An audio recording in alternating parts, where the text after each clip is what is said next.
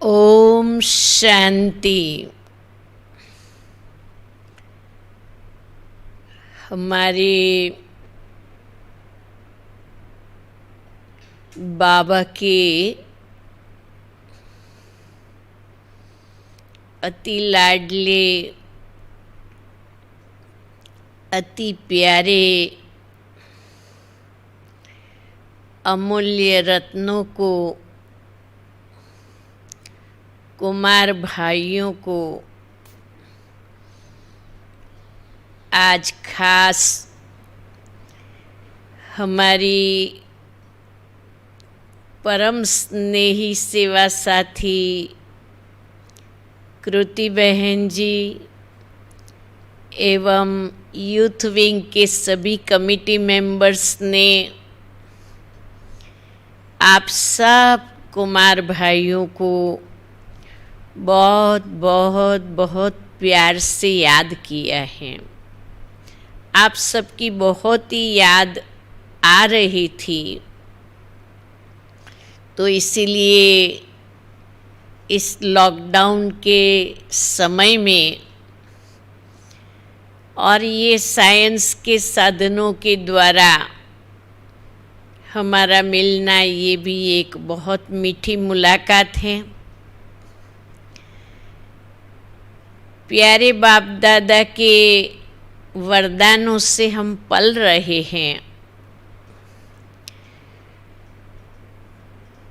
प्यारे बाप दादा के वरदानों के आधार पर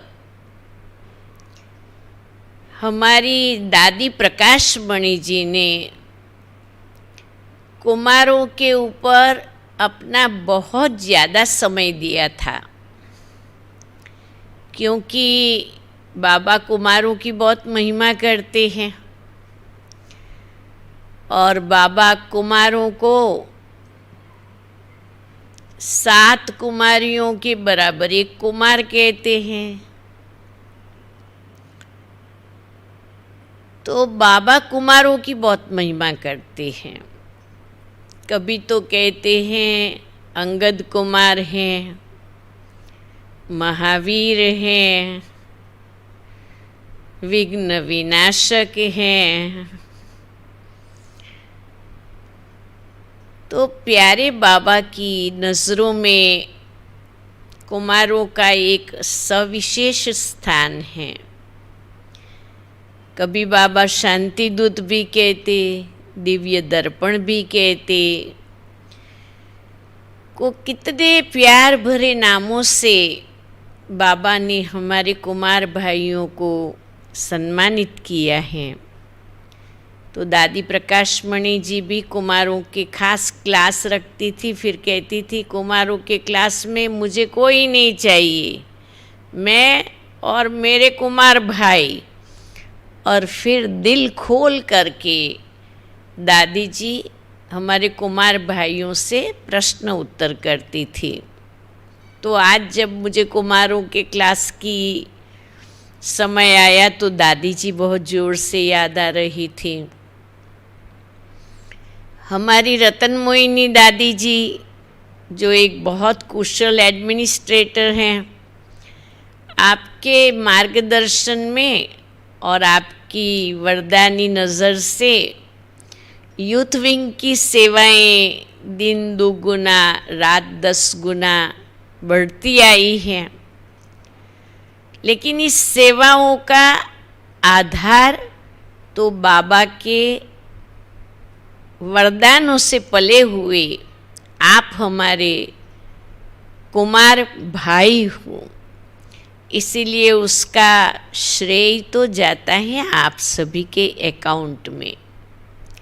चाहे कोई भी प्रोजेक्ट है, चाहे पद यात्रा का है, साइकिल यात्रा का है, बस यात्रा का है, मेटाडोर यात्रा का है, हाँ, सफल करने वाले तो आप ही रहे, तो हमें बहुत खुशी है। आज का जो विषय है वो बहुत अच्छा विषय है। No rest be best. बाबा ने 9 दिसंबर 70 की मुरली में कुमारों के लिए कहा कि 1 सेकंड भी रेस्ट नहीं लेना है। मनसा वाचा कर्मणा सेवा में इतना व्यस्त रहना है, रेस्ट नहीं लेना है। तो ये नो रेस्ट बी बेस्ट विषय से हमें क्या अंडरस्टैंड करना है। यह जो रेस्ट शब्द है वो आराम से लगता है, और ऐसा कहते हैं कि आराम हराम है। तो रेस्ट का भाव यहाँ ये बनता है कि जो आराम पसंदी का जीवन होता है, जिस जीवन के अंदर कोई भी योजना नहीं होती है, आयोजन नहीं होता है, जब आया तब उठे, जब आया तब खाया, जब आया तब पिया, जब आया तब सोया, 3 बातें ऐसी हैं जिसके अंदर हमारा मैक्सिमम टाइम चला जाता है। खाना, सोना और बातें करना, व्यवहार, संबंध, संपर्क बढ़ाते रहना।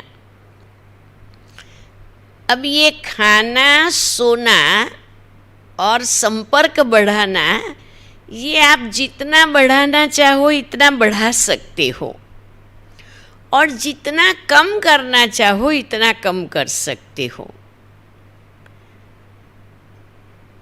आवश्यकता से ज़्यादा सोना भी हेल्थ के लिए नुकसानकारक है। शरीर के अंदर एक जड़ता आ जाती है। आवश्यकता से ज़्यादा खाना भी शरीर के लिए नुकसानकारक है। और ठीक उसी प्रकार बहुत ज़्यादा संपर्क बनाए रखना, बहुत ज़्यादा व्यवहारू बनना और उसमें अपना समय बर्बाद करना, तो ये भी नुकसानकारक है। तो ये जो रेस्ट शब्द है उसका सीधा कनेक्शन समय के साथ है। अब हम जानते हैं कि हमारे पास समय तो लिमिटेड है, हमारी आयुष्य कितनी है ये हमको मालूम नहीं है, लेकिन हमारे पास केवल 24 घंटे हैं ये तो हमको मालूम है। अब समझो दिन भर में हमारा कोई ऑर्गेनाइज शेड्यूल नहीं है, कोई दिनचर्या नहीं है, कोई टाइम टेबल नहीं है, जैसे आया वैसे चल पड़े, तो उसमें क्या होता है, कोई लक्ष्य भी नहीं है कि हमको क्या करना है, कितने समय में करना है, हमें क्या आउटपुट लाना है। समझो ये अगर माइंड में नहीं है तो हमारा समय यूं ही चला जाता है। समझो सुबह से लेकर के उठे, अब कभी 2 बजे उठे, कभी 4 बजे उठे, कभी 5 बजे उठे, कभी 7 बजे उठे, ये कोई उठने का नियम नहीं है। प्रकृति का तत्व सूर्य भी अपने टाइम से निकलता है। तो हमारा समय किन किन बातों में वेस्ट जाता है, यहाँ जो वेस्ट है उसको रेस्ट में गिना जाता है कि जो जो वेस्ट है वो रेस्ट है। हम टीवी देखते हैं, हम न्यूज़पेपर पढ़ते हैं, हम मोबाइल पर टाइम देते हैं। अब सारा संसार मोबाइल में आ गया है। हमारे काम का हो या न हो, लेकिन क्योंकि देखते रहना है, समय हमारे पास बहुत है। कोई विशेष आवश्यक कार्य डायरी में नोट किया हुआ नहीं है। ब्रह्मा कुमार होने के नाते समझो अमृत वेला की आदत है, कर लिया, मुरली क्लास किया, हुआ तो किया, नहीं हुआ तो नहीं किया, और बाकी टाइम यूं ही चला गया। तो इसको रेस्ट कहा जाता है। ऐसी रेस्ट हमारे जीवन में नहीं होनी चाहिए। इस प्रकार की अस्त व्यस्त जीवन होंगी तो हम कभी बेस्ट नहीं बन सकते हैं। अब वैसे बेस्ट बनना सबको अच्छा लगता है, आदर्श बनना कौन नहीं चाहेंगे। आदर्श बनना सबको अच्छा लगता है, लेकिन आदर्श बना जाए कैसे। अब बाबा ने तो फिर हमको ऑर्डिनरी आदर्श भी नहीं बताए, बाबा तो हमको सर्वगुण संपन्न, 16 कला संपूर्ण, संपूर्ण निर्विकारी, मर्यादा पुरुषोत्तम, डबल अहिंसक, ऐसा आदर्श बाबा बनाते हैं। तो हम लोगों ने जबकि इस जीवन के अंदर कदम भरा है, तो कुमार जीवन वैसे बहुत श्रेष्ठ जीवन है, क्योंकि एक तो उल्टी सीढ़ी चढ़े नहीं हैं, इसीलिए उससे फ्री है। दूसरा, कोई लौकिक झंझटें हैं नहीं बीबी बच्चों की, नहीं तो इसमें टाइम चला जाता है।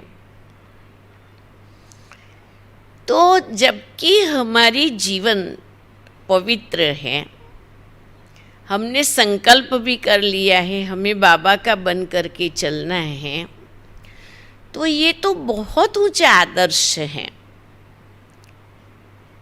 लेकिन इस ऊंचे आदर्श के अंदर बेस्ट बनने के लिए बाबा ने हमें बहुत सारी टेक्निक बताई हुई है, और अगर उस टेक्निक पर हम चलेंगे तो हमारी लाइफ बेस्ट बन ही जाएंगी।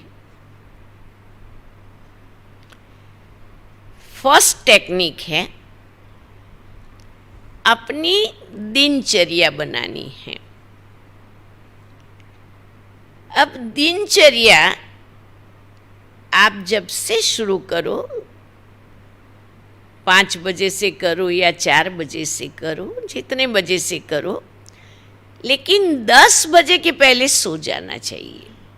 दिनचर्या के अंदर 10 वो लास्ट, बाबा कहते 10 माना बस। रात्रि 10 से 12 का वायुमंडल बड़ा तमो प्रधान होता है। अगर उसी टाइम हम सो गए तो 1 घंटे की नींद आपको 2 घंटे का रेस्ट का अनुभव कराएंगी। तो बोले आप 10 बजे से फिर सो जाओ, और ज़्यादा से ज़्यादा 7 घंटे से ज़्यादा नींद नहीं करनी चाहिए। 7 घंटा टू मच हो गया। अगर आप 10 बजे सो करके 5 बजे भी उठ गए तो आपको 7 घंटे की रेस्ट मिल जाती है। वैसे तो योगियों को 6 घंटे की नींद काफ़ी हो जाती है, और अगर दिन में थोड़ा रेस्ट मिलता है तो पहले तो अपनी दिनचर्या बनाओ। अब आपको अपनी दिनचर्या अपने हिसाब से ही बनानी होगी, क्योंकि आपका, अगर आप पढ़ाई करते हैं तो कॉलेज का टाइम, या जॉब करते हैं तो ऑफिस जाने का टाइम, या बिजनेस करते हैं तो वहाँ का टाइम आपका अपना अपना होगा। लेकिन इस दिनचर्या में क्या क्या बातें अवश्य होनी चाहिए, ये आप ज़रूर नोट करो। नंबर 1, अपने मन को शक्तिशाली बनाने के लिए कम से कम 1 घंटे का टाइम अच्छा वांचन, मेडिटेशन,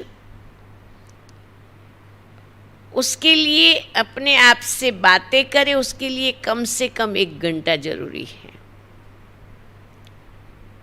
1 घंटा एक्सरसाइज के लिए।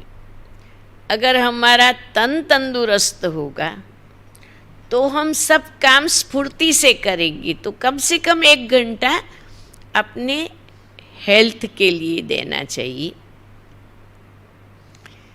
3 घंटा आपका जाएगा 2 टाइम या 3 टाइम भोजन, नाश्ता और स्नान आदि करते हैं, तो ज़्यादा से ज़्यादा 3 घंटा उसमें दे दिया आपने। अच्छा, फिर 2 घंटा हमें अपनी फैमिली को ज़रूर देना चाहिए। हम माँ बाप के साथ रहते हैं तो ख्याल रखना चाहिए। हम भाई भाभी के साथ रहते हैं, हम जिनके भी साथ रहते हैं, लेकिन जिन लोगों के साथ रहते हैं उनको सहयोगी बनना, उनकी फीलिंग को समझना, उनकी आवश्यकताओं के पर हमें मददगार रिस्पॉन्सिबल बन करके रहना। ऐसा न हो कि हमारी जीवन दूसरों के लिए बोझिल जीवन बन जाए कि देखो इनको इतनी भी समझ नहीं है, इतनी उम्र हुई, बस आता है, खाता है, पीता है, सोता है। कभी ये भी नहीं पूछते भाभी जी मेरे लिए कोई सेवा है, मम्मी मेरे लिए कोई सेवा है, पापा मेरे लिए कोई सेवा है। तो हमें जिस परिवार में रहती है कम से कम 2 घंटा अपना सेवा में देना चाहिए, पारिवारिक स्नेह को बनाए रखना चाहिए।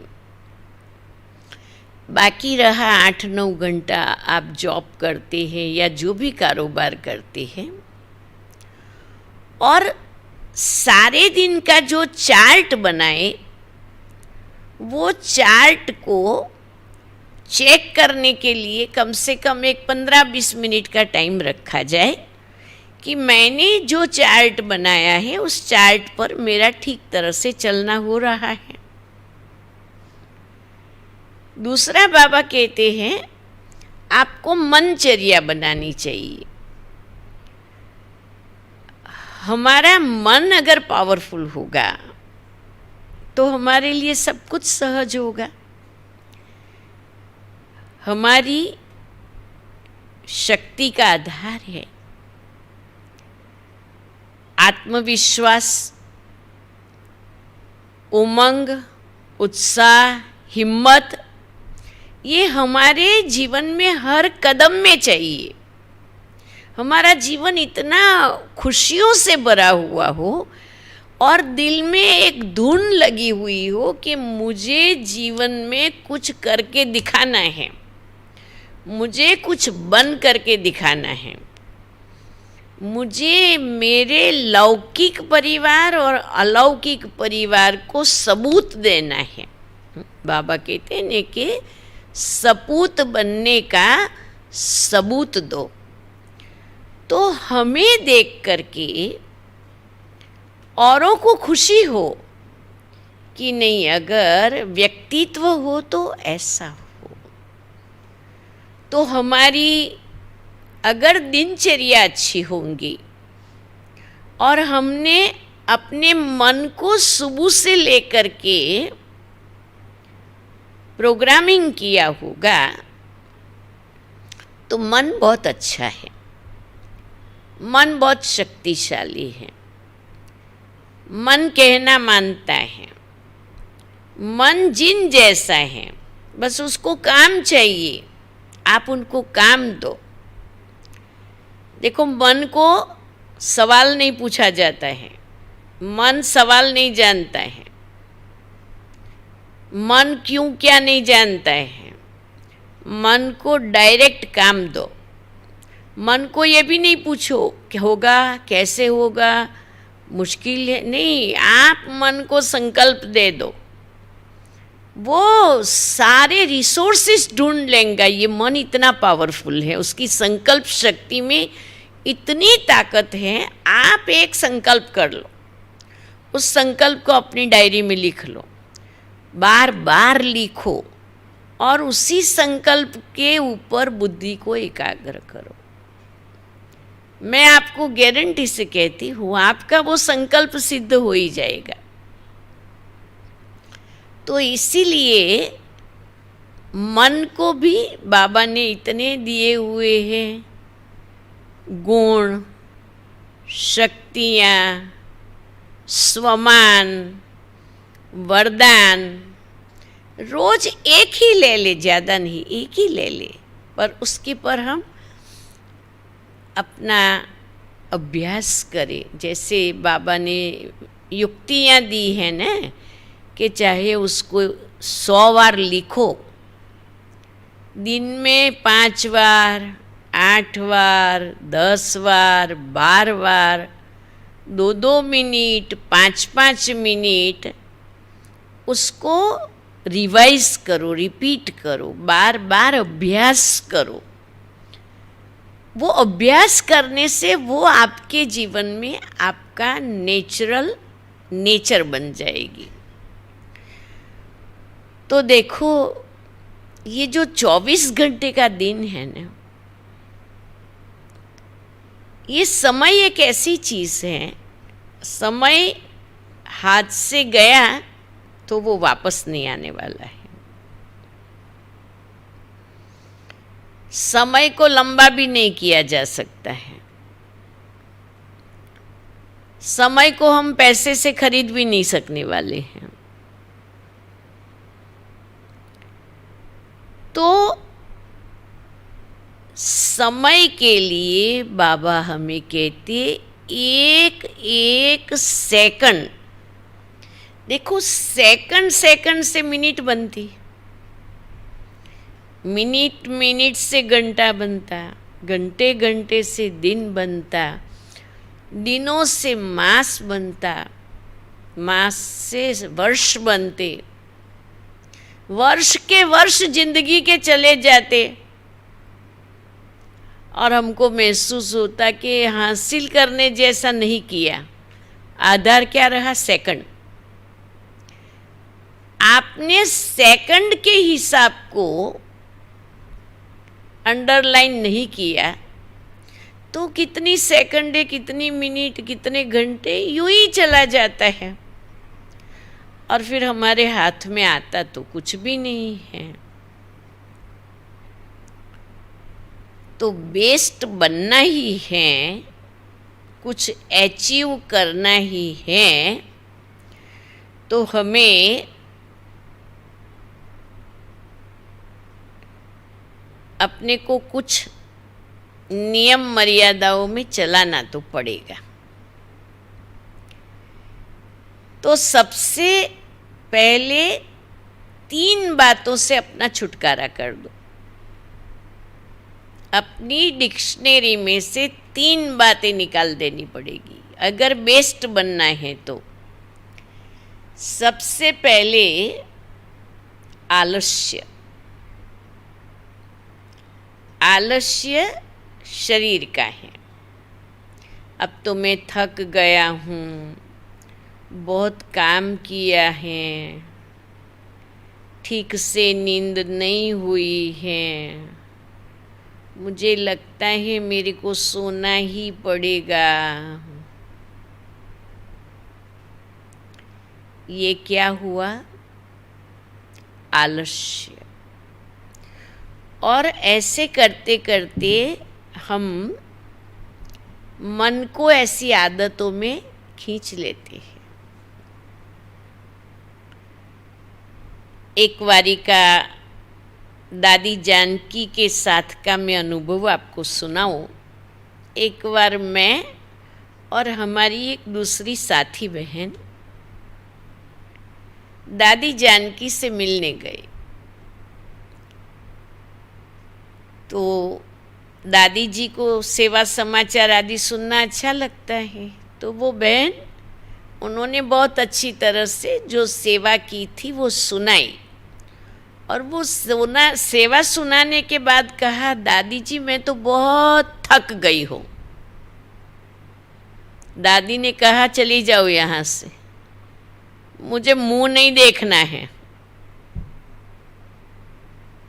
ये थकना माना देह अभिमान है।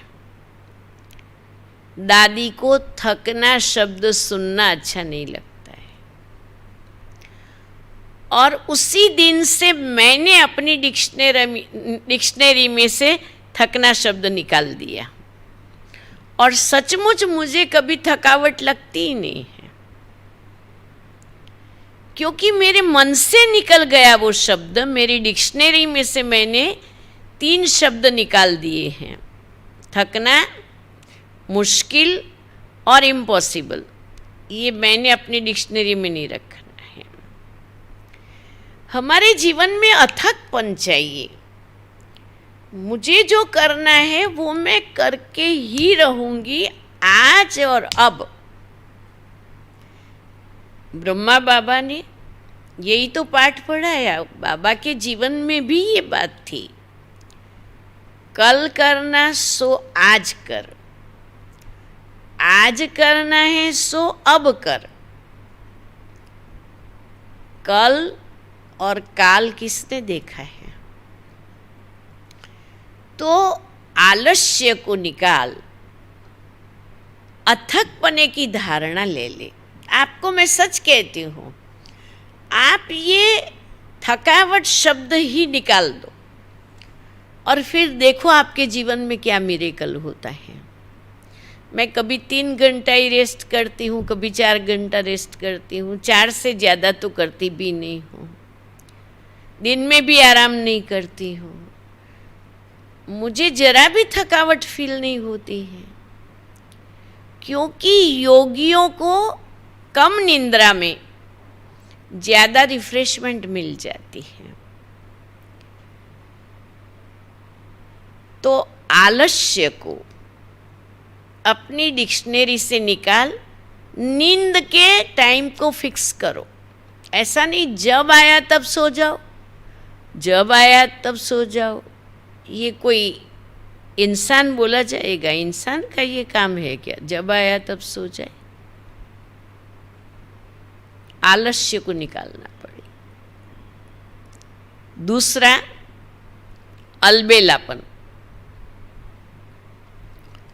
अलबेलापन मन से संबंध रखता है। मन से ये सोचना अभी आज नहीं, देखेंगे, कल कर लेंगे या कभी कर लेंगे, इतनी क्या जल्दी पड़ी है, ये अलबेलापन है। हमें लाइफ में टारगेट फिक्स करना चाहिए कि ये काम इतने समय में होना ही चाहिए। नहीं तो मैं गारंटी से कहती हूँ, आज आपने जो काम छोड़ दिया ना, वो आपको मालूम नहीं है कि 2 दिन में होगा कि 10 दिन में होगा कि 6 मास में होगा। आपने अनुभव किया होगा ना। अलबेलापन, इसको गेट आउट करना पड़ेगा, नहीं चाहिए। अभी अभी करना है, नाउ और नेवर।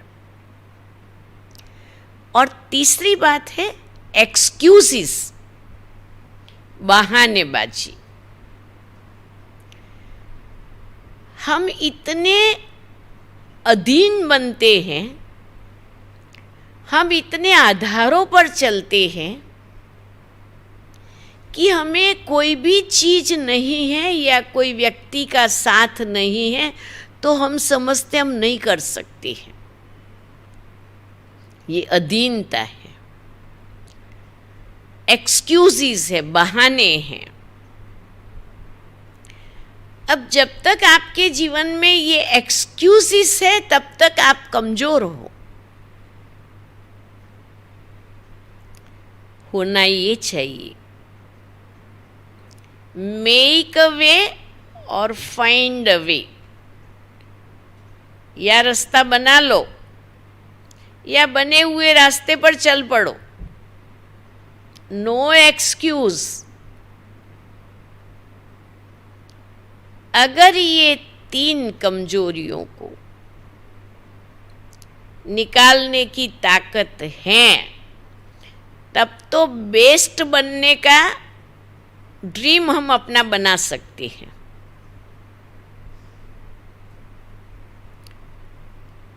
हर चीज़ के लिए ड्रीम बनाया जाता है अपना। मन में पहले कल्पना चित्र बनाया ही जाता है और तब हम बनते हैं। एक अच्छी इमारत बनानी है तो उसका प्लान बनाया जाता है। अगर एक अच्छा खाना खाना है तो उसका मेनू बनाया जाता है। अगर जीवन को अच्छी बनानी है, आदर्श जीवन बनानी है, तो क्या जीवन बनानी है, उसका लक्ष्य तो बनाना पड़ेगा ना। बिना लक्ष्य के जीवन बन नहीं सकती है। तो लक्ष्य कैसे बनाया जाए? एक होता है कि हम दूसरों की अच्छी जीवन को देख करके प्रभावित होते हैं, लेकिन फिर उस समय हम क्या सोचते हैं, हम तो कोई ऐसे नहीं बन सकते हैं, ये तो बहुत महान है, ये तो बहुत विद्वान हैं, ये तो बहुत अच्छे हैं, लेकिन हम तो ऐसे नहीं बन सकते, तो लाइफ नहीं बन सकती। मैं सब कुछ कर सकता हूँ, मैं सब कुछ बन सकता हूँ, मेरे में सारी शक्तियाँ भरी हुई हैं और मुझे उसको मेरे जीवन में उपयोग करना है, प्रयोग करना है। तो जीवन को श्रेष्ठ बनाने के लिए पहले लक्ष्य निश्चित करो, जो भी करना हो। एक अच्छा योगी तपस्वी बनना है, एक अच्छा आर्टिस्ट बनना है। उस लक्ष्य को निश्चित करके फिर उसके लिए जितना टाइम देने की ज़रूरत है उसका आयोजन करो, और फिर टाइम बाउंड बन करके उसको अपने जीवन में करते जाए। इसके लिए कहा कि पहले आत्मविश्वास चाहिए। हमें अपने में ही निश्चय रखना है कि मैं एक श्रेष्ठ आत्मा हूँ, महान आत्मा हूँ, शक्तिशाली आत्मा हूँ। जब मैं खा सकती हूँ, पी सकती हूँ, सो सकती हूँ, तो मैं सब कुछ कर सकती हूँ। तो अपना आत्मविश्वास। दूसरा, दृढ़ता हो कि अभी मैंने ये जो संकल्प लिया है वो मुझे करना ही है, ऐसा अंदर में दृढ़ निश्चय करना है। फिर तीसरा, एकाग्रता। ऐसा नहीं हम 5 मिनट भी स्टेडी बैठ नहीं सके, हम 15 मिनट भी स्टेडी बैठ नहीं सके, हम अपने कार्य को फोकस नहीं कर सके, तो सफलता नहीं मिलेगी। We need to focus. हमें फोकस करके 45 मिनट कम से कम तो स्कूल में भी बच्चों का पीरियड होता है, तो घंटा 2 घंटा फोकस करना हमारे लिए एक स्वाभाविक नेचर बन जाए। इसके बीच में ये सारी आजकल तो देखते हैं कि ये एक मोबाइल की माया ऐसी माया है जो अच्छे भले लोगों का कंसंट्रेशन खत्म कर देता है। क्यों? मोबाइल में क्या अट्रैक्शन है? समाचार, और समाचार में मिर्ची मसाला टेस्टी लगता है, पर मेरे को उससे मिलेगा क्या?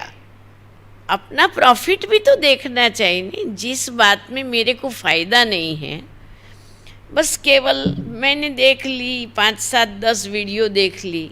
अच्छा, फिर देखो क्या मिला, कितना याद रहा। याद रखने जैसा कुछ था भी उसमें कि खाली कनरस लिया, आँखों का रस लिया, फिर तो भूलना ही है उसको। तो अपने काम के लिए एकाग्रता से फोकस करके जो करना है उसमें दिलचस्पी से करें, तो एकाग्रता जरूर चाहिए। फिर चौथी बात है, जब हम किसी भी अच्छे लक्ष्य की ओर जाते हैं तो मार्ग में विघ्न आते हैं, बैरियर्स आते हैं, डिफ़िकल्टीज आती हैं, अचानक प्रॉब्लम या परिस्थितियाँ आती हैं, तो हमें उसको वश नहीं हो जाना चाहिए। हमें उसको मैनेज करने का तरीका सीखना है कि इस चीज़ को मैं किस प्रकार से सॉल्व कर सकती हूँ। तो मुझे मैनेज करना है, मुझे रास्ता निकालना है, मुझे ऑल्टरनेटिव ढूंढना है, मुझे रिसोर्सेस बनाना है, तो प्रगति होगी। जब मैं अहमदाबाद में आई तो मैं अकेली थी, मेरे पास कोई टीचर नहीं थे, कोई साथी, कोई मददगार नहीं थे। तो मैंने संकल्प किया कि मैं मेरे बहुत साथी बनाऊंगी, मैं तैयार करूंगी। तो 2 साल की, 4 साल की, 6 साल की, 7 साल की, 8 साल की लड़कियां जो क्लास में आती थी ने, उन पर मैंने मेहनत की। आज तो वो बहुत बड़ी बड़ी टीचर बन गई है। और 1-2 बहनें ऐसी थी, बड़ी थी, जिनके बंधन थे। मैंने फोकस किया कि मुझे इनको मेरे से भी आगे बढ़े ऐसी मेहनत करनी है। ये नहीं सोचा कि मेरे पास कोई रिसोर्स नहीं है तो मैं कैसे आगे बढ़ूं। टारगेट। फिर एक बार बाबा ने मुरली में कहा, अच्छी टीचर इसको कहा जाता है जो 10-10 सेंटर संभाले। तो मैं मुरली लेके बाबा के आगे बैठी और मैंने कहा, बाबा मैं 10 सेंटर खोलूंगी और संभालूंगी, जरूर आपको करके दिखाऊंगी। आज दिन तक लाइफ में 42 ब्रांचेस ओपन करने का बाबा ने निमित्त बनाया, चांस दिया। तो रिसोर्सेस बनाए जाते हैं। बाबा आप समान बनाने की बात और बाप समान बनाने की बात कहते हैं, वो हर क्षेत्र में ही लागू पड़ती है। आप जो भी करते हो, आप दूसरों को लायक बना करके अपनी जिम्मेवारी सौंप करके आगे बढ़ सकते हो। वो जीवन का कोई भी क्षेत्र है। तो हमें कहाँ चैलेंजेस को देखते हुए रुक नहीं जाना है।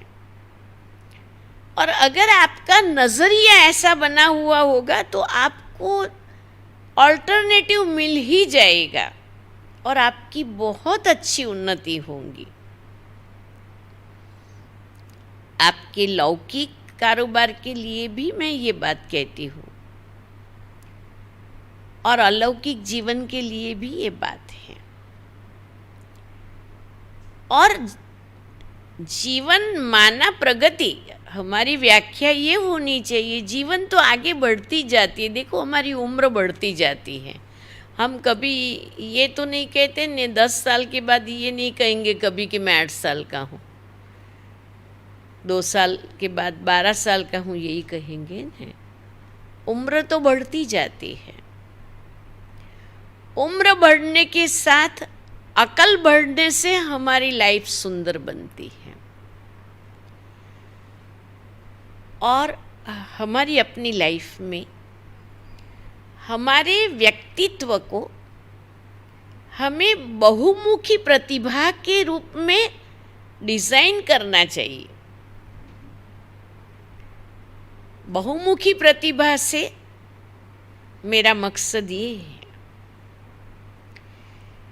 कि आपकी मानसिक प्रतिभा, आपका विल पावर बड़ा स्ट्रांग होना जरूरी है। हमारी विवेक शक्ति, डिसीजन पावर, निर्णय शक्ति, वो भी हमें डेवलप करनी चाहिए। अब ये बाबा की याद से ही होगा। जितनी जितनी हमारे में परख शक्ति आएगी, इस परख शक्ति के आधार पर हम अपने निर्णयों को अच्छी तरह से डिसाइड कर सकेंगे। तो हमारी बौद्धिक क्षमता पर बढ़नी चाहिए। फिर हमारा शारीरिक व्यक्तित्व, आज पेट में दर्द है, कल सिर में दर्द है, परसों टांगे में दर्द है, आज खाना अच्छा नहीं लगता है, आज अरे ये क्या, ये शरीर तो जैसे एक बोझ बन गया, बर्डन बन गया। हम अपने शरीर को इतना एजुकेट करें, हेल्दी बनाए, जो हम शरीर में आनंद से जी सके और शरीर हमको हमेशा कोऑप अप करे, इसके लिए शरीर को अप्रिशिएट करे। मैं तो रोज सुबह होता है और इसको बहुत अप्रिशिएट करती हूँ कि ये घोड़ा बहुत अच्छा है और ये घोड़ा मेरा कहना इतना मानता है। मैं कहूँ 2:30 बजे, यस, 3 बजे, यस, वो हर घड़ी तैयार रहता है और बड़े उत्साह के साथ तैयार रहता है। हमारा शारीरिक व्यक्तित्व भी इतना प्रफुल्लित होना चाहिए। हमें ये जीवन जीने का एक बड़ा जज्बा होना चाहिए कि इतनी सुंदर जीवन मिली है और मुझे आत्मा का ये इंस्ट्रूमेंट है, जब तक है मैं अपना मैक्सिमम फ़ायदा ले लूँ। फिर हम लोगों के बीच रहते हैं तो हमें लोनली होके रहने की ज़रूरत नहीं है। हमें सभी से मिलना जुलना चाहिए, हमें सभी से बातचीत करनी चाहिए। लोगों के पास बहुत कुछ सीखने का होता है, वो हमें सीखना चाहिए। और हमारे पास जो अच्छी चीज़ है वो भी हमें लोगों को देनी चाहिए। हम कहाँ किसी के उपयोग में आ सकते हैं तो हमें सहयोग देना चाहिए। तो हमारा लाइफ इतना हार्मोनियस हो, हम जहाँ रहे बड़ा खुशी से रहे। हम 10 लोगों के बीच रह सकते हैं, हम पूछ सकते हैं, आपको मेरी कोई सेवा की ज़रूरत हो तो बोल सकते हो, मैं आपको मदद कर सकती हूँ, मेरे पास टाइम है और मेरे को सब आता भी है, और आप किसी का काम करके दो। उनकी जो दुआएं हैं वो आपको खुशी देंगी। ऐसा नहीं है हम तो अकेले अकेले बैठे रहे और हमको किसी के साथ मिलने जुलने का कोई ख़ास इंटरेस्ट नहीं हो और हमारी ज़िंदगी ये नहीं, नीरस जीवन नहीं होना चाहिए, बहुत अच्छा लाइफ होना चाहिए। फिर उसके साथ हमारा लाइफ हर दिन एक कदम आगे जाना चाहिए। मनसा वाचा कर्मणा संबंध संपर्क, आत्मिक रीति, आज मैंने किस दिशा में एक कदम बढ़ाया, ये देखने की आदत होनी चाहिए। और सुबह सुबह ये टारगेट बनाना चाहिए कि आज सारे दिन के अंदर मुझे इतना जरूर करना है। वो आध्यात्मिकता की दिशा में हो, मानसिकता की दिशा में हो, आर्थिक दिशा में हो, बौद्धिक दिशा में हो, कौटुंबिक दिशा में हो, सामाजिक रीति हो, लेकिन सुबह सुबह मेक योर टारगेट्स और फिर दिन भर उसके प्रति ध्यान रख करके yes I have done this.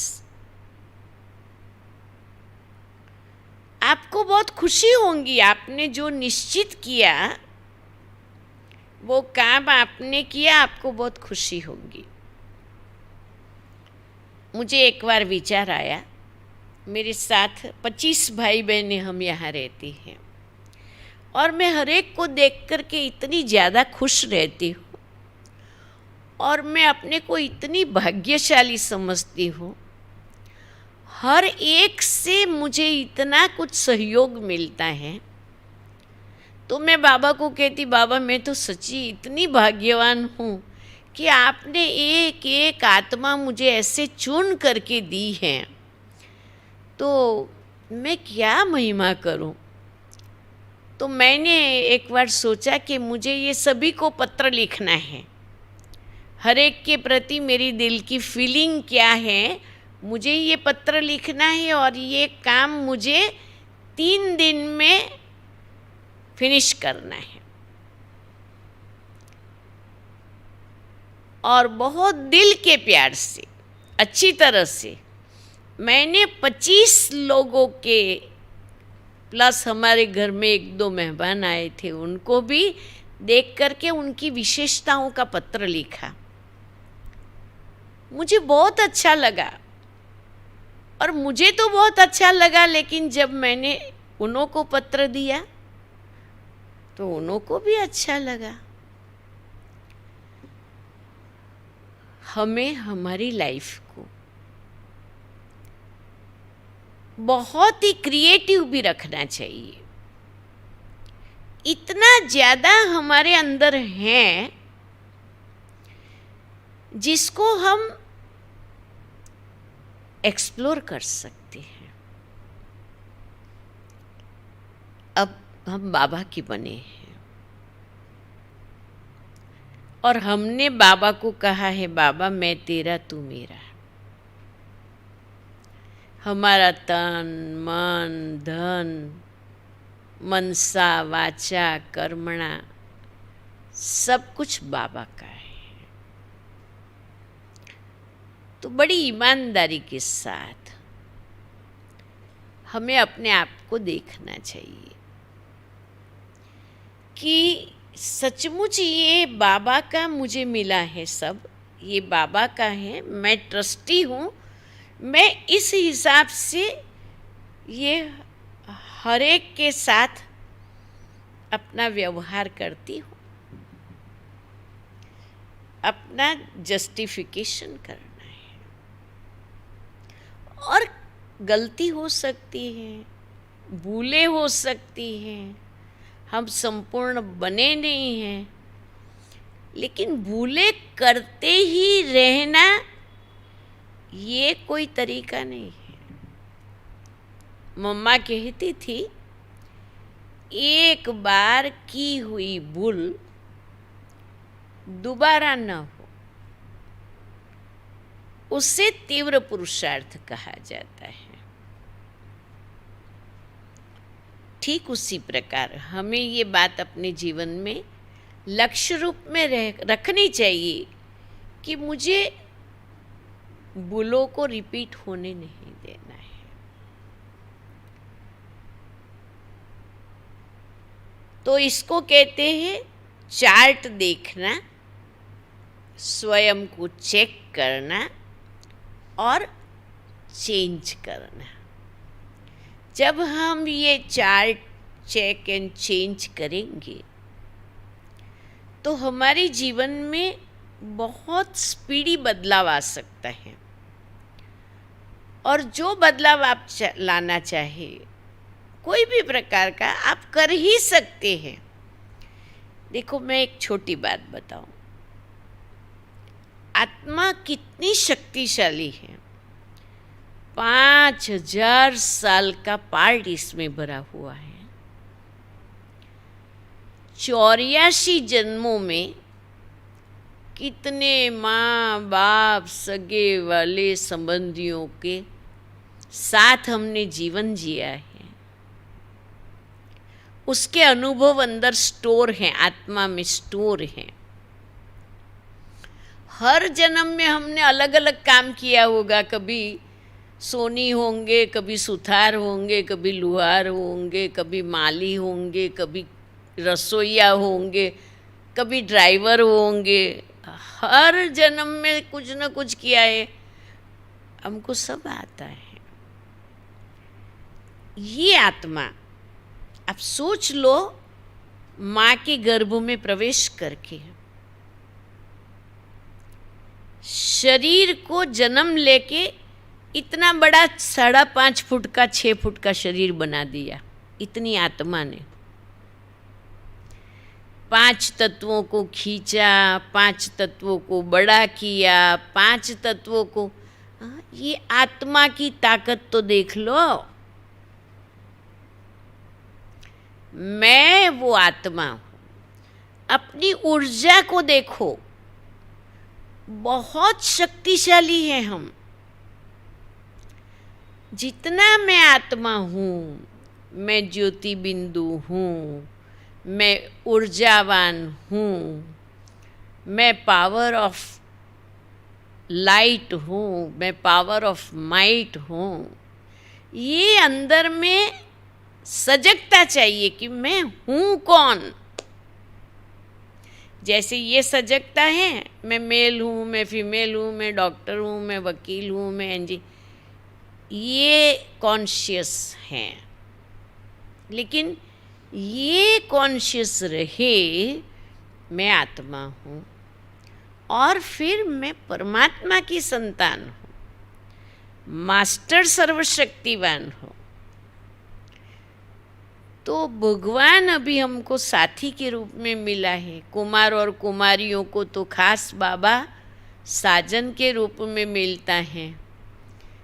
तो हम उसका जितना साथ लेना चाहिए, बस मेरा बाबा कहा, बाबा साथ में आ गया।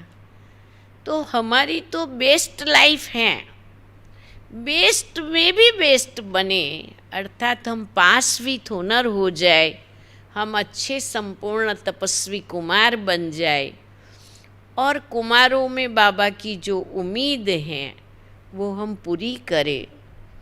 विश्व की स्टेज पर हम कुमार कुमारियाँ युवा भाई बहनें मिल कर के ये झंडा लेके नारा बुलंद करें, मेरा बाबा आ गया, मेरा बाबा आ गया, मेरा बाबा आ गया। करेंगे ना? अब मैं आपको देख रही हूँ, आप सभी के चेहरों को देख रही हूँ, क्योंकि बाबा ने हमको ये सारी कलाएं दे दी है ने। तो आप अव्यक्त फरिश्ते सब हमारी नज़रों के सामने हैं और आपका उमंग, उत्साह और कुछ करके दिखाने की लगन भी नज़र आ रही है। आप मस्तक भी हिला रहे हो, कांध भी हिला रहे हो। अभी एक हाथ ऊपर करके ये भी सम्मति दे दो कि यस, हम विश्व की स्टेज पर बाबा आ गया, मेरा बाबा आ गया, प्यारा बाबा आ गया, ये नारा बुलंद करके ही रहेंगे। हम बेस्ट हैं, हमारे से बेस्ट और कौन हो सकता है? भगवान के बच्चों से बेस्ट और कौन हो सकता है? ओके, ओम शांति, ओम शांति।